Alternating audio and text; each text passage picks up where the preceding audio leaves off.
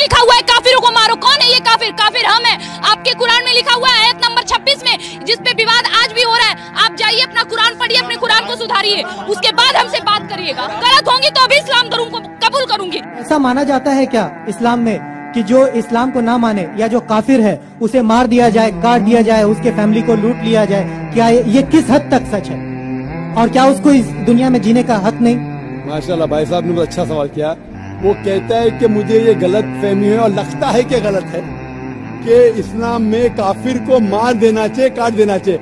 आपको कोई भी मुसलमान ने मारा या काटा है ना? आप माशाल्लाह सही सलामत है, अल्हम्दुलिल्लाह। आपको किसने मारा, काटा?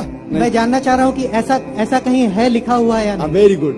ये क्या होता है कि जो लोग इस्लाम के खिलाफ किताबें लिखते, मिसाल के तौर पे कुरान मजीद की आयत उठाते, आउट ऑफ कॉन्टेक्स्ट, पस मंजर के खिलाफ लिखते, और एक आयत जो बहुत इस्लाम की क्रिटिक उछालते, वो सूरह तौबा की आयत सूरा नंबर 9 आयत नंबर 5, और लिखते हैं कि कुरान में लिखा है जहां भी आप काफिर को पाएंगे, इनटू ब्रैकेट्स हिंदू, आप उनका कत्ल करो।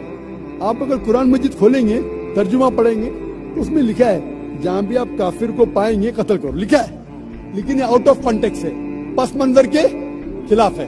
पस मंजर जानने के लिए आपको आयत नंबर पहले से पढ़ना पड़ेगा। सूरह तौबा सूरा नंबर 9 आयत नंबर 1 से पढ़ेंगे। वहां लिखा हुआ है कि मुस्लिम और मुशरिक मक्का के, उनके बीच में एक पीस ट्रीटी थी, एक सुलह थी। ये पीस ट्रीटी, ये सुलह एक तरफा मुशरिकों ने तोड़ दिया मक्का के।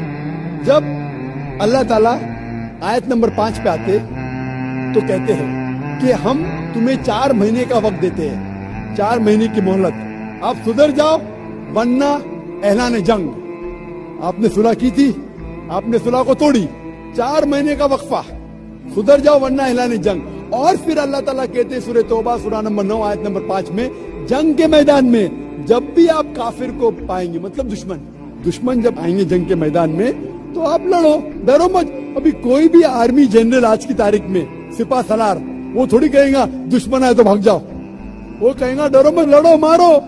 तो ये जंग के मैदान की आयत है कि आप जब देखेंगे तो डरो मत, मारो। जंग के मैदान में जब काफिर तुम्हें हमला करने आ रहे, मारो। और अरुण शूरी आयत नंबर 5 से उड़ी मारते आयत नंबर 7 में। उसने किताब लिखी वर्ल्ड ऑफ फतवास इस्लाम के खिलाफ, आयत नंबर 5 से जब मारते आयत नंबर 7 पे। 5 के बाद क्या आता है? 6 को खा जाते। क्यों? 6 में उसका जवाब है, उसके बीमारी का जवाब है। आयत नंबर 6 में सूरह तौबा के अल्लाह ताला फरमाते कि अगर कोई काफिर सुलह चाहता है, उसे छोड़ो मत दो, उसे ऐसी अमन के जगह पर महफूज पहुंचाओ। क्या कहता है अल्लाह ताला? अगर कोई काफिर सुलह चाहता है, अमन चाहता है, उसे छोड़ मत दो, उसे संभाल के हिफाजत के साथ महफूज जगह पे जाके छोड़ो। Escort him to a place of security. आज का सिपा सलार सबसे दयालु क्या बोलेगा? दुश्मन को जान दो। यहाँ अल्लाह ताला कहते सिर्फ छोड़ो मत, ऐसी जगह पे लेके जाओ हिफाजत के साथ जहां वो महफूज है। समझ रहा?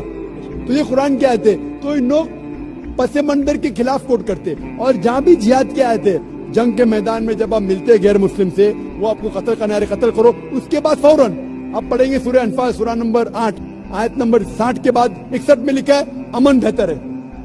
महाभारत में कत्ल करने के कितने श्लोक आते? कितने? हजारों, कुरान से कई ज्यादा। तो महाभारत जानते हैं आप ना?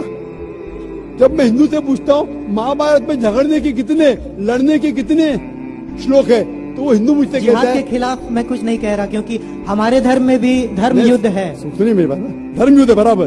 तो हिंदू मुझसे कहता है ये जो धर्म युद्ध है क्या है? बातिल के खिलाफ है।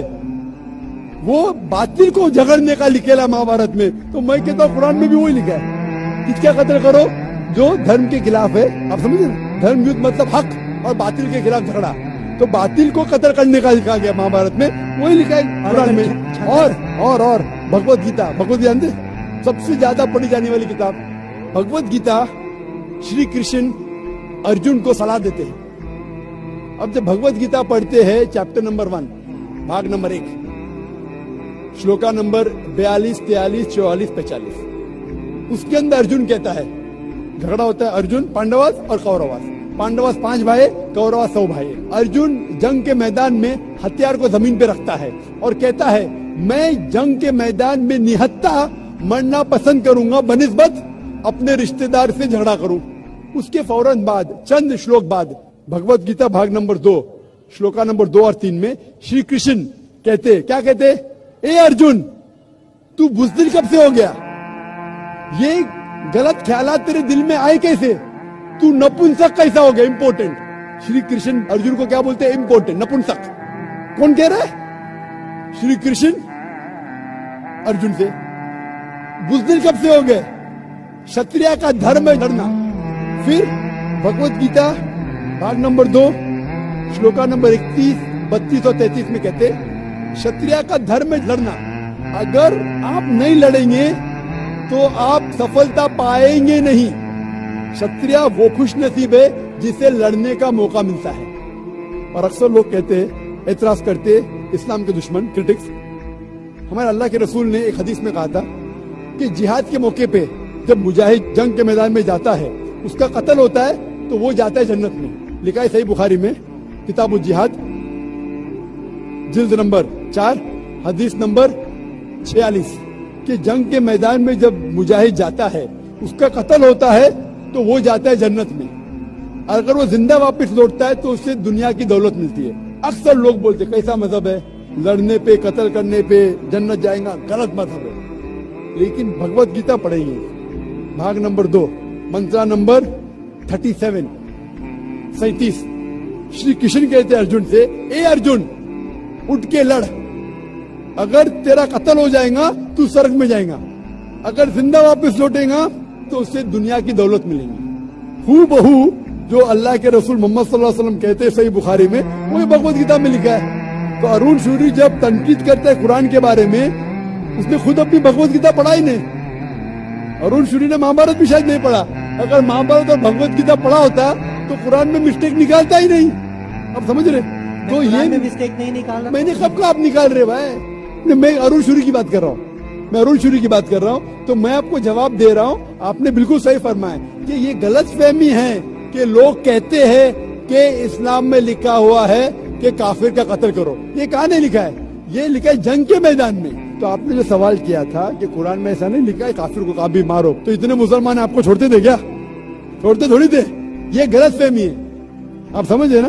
तो ये गलत फहमी है कि जहाँ भी काफिर मिले कत्ल करो, ऐसा नहीं। ये जंग के मैदान में जब आपको लड़ने के लिए आ रहे, आपको मारने के आ रहे, तो आप उनको काफिर का मतलब वो जो ईश्वर को नहीं मानता है, कि काफिर का वो मतलब है जो इस्लाम को नहीं मानता है।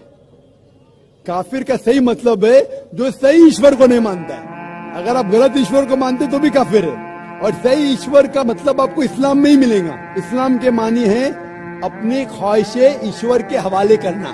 तो वो आदमी जो अपनी ख्वाहिशें ईश्वर के हवाले नहीं करता है, उसे कहते काफिर।